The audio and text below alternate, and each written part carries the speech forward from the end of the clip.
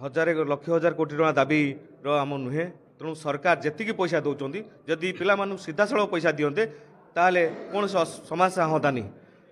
सरकारी बाबू मान काम करूँ सरकार काम करूँ माध्यम पाइ पैसा पाइबे दलाल गोटे दलाल व्यवस्था गोटे सरकार स्काम चलती प्रतिवाद आम आगामी दिन में राजरास्ता ओल्लू बहुत बार ऑफिस दफ्तर को जन सारूँ एवं किंतु निष्पत्ति एवं जदि माननीय मुख्यमंत्री जी अच्छा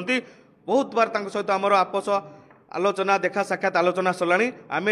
निर्दिष्ट कंठ देचु समय देचु आमको आलोचना डाकी आम प्रतिभा समाधान करूँ जहाँ अच्छी दाबी जदि न करेंगे आम आसंता 24 तारीख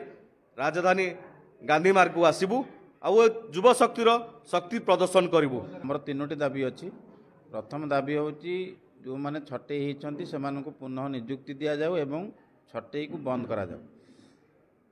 द्वितीय दाबी हूँ डेली वेजेस आउटसोर्सिंग दुई प्रकार व्यवस्था करा से एकक व्यवस्था करा जाऊ एवं सबू आउटसोर्सिंग कर्मचारी समान सुविधा पातु जमीक मैटरनिटी लीव काजुआल लीव एवं जहाँ मासिकिया भित्तिरे दरमा पाउछन्ते आउटसोर्सिंग कर्मचारी माने डेली वेजेस माने सेटा पाउनाहांती से 4 दिन कटा जाउची तांको छुट्टी दिया जाउनी समस्त की एकक व्यवस्था करा जाऊ। तृतीय मुख्य दाबी है आम समस्त की स्थायी करा जाऊ स्थायी करने जदि मासे 2 मास 4 मास जो प्रोसेस लगिवो से पर्यंत समस्त की जॉब सिक्यूरिटी दिया जाऊ एवं इक्वाल वर्क फॉर इक्वाल पे फॉर इक्वाल वर्क सेटा करा जाऊ। एवं एबे गोटे आमर उप मुख्यमंत्री आमर जो भौणी मानक पई डिक्लेयर कले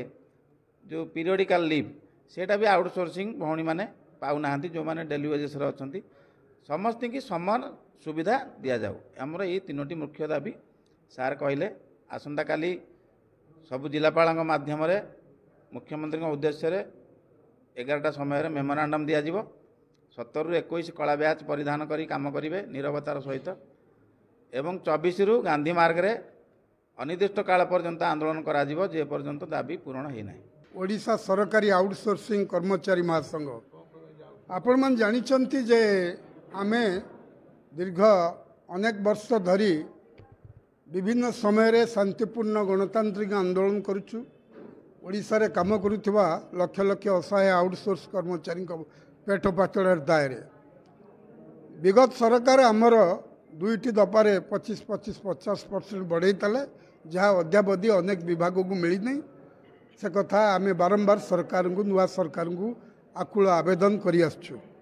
नंबर 2 सरकार को आम दाबी करुचु जे आउटसोर्सिंग रे नियुक्ति पाइतबा लोक को दुई भली भाव में विभक्त कराउची गोटे आउटसोर्स पुणी गोटे डेली वेजेस कौन पाई करा जाइछि आमे जानि नाउ सरकार भी कहि पाउना कि से बाबद कौन सी निर्दिष्ट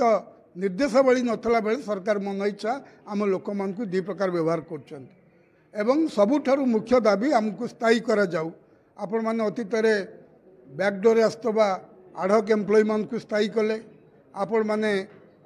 डेली वेजेस रे काम करतबा लोक को स्थायी कले तेबे जो माने बहु वर्ष धरी निरविच्छिन्न भाव में संतोषजनक सेवा जोगैकरी विभागर विभिन्न कार्यक्रम को सफलतार सहित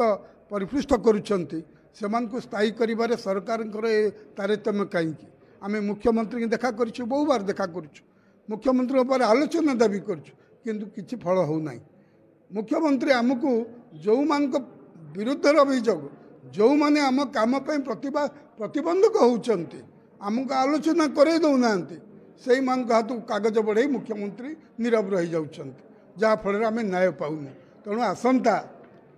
काली 12 तारीख दिन समग्र ओडिशार विभिन्न जिले में आमर कर्मकर्ता माने दाबीपत्र देवे मुख्यमंत्री उद्देश्य जिलापाल मार्फत 17 रु 21 आमर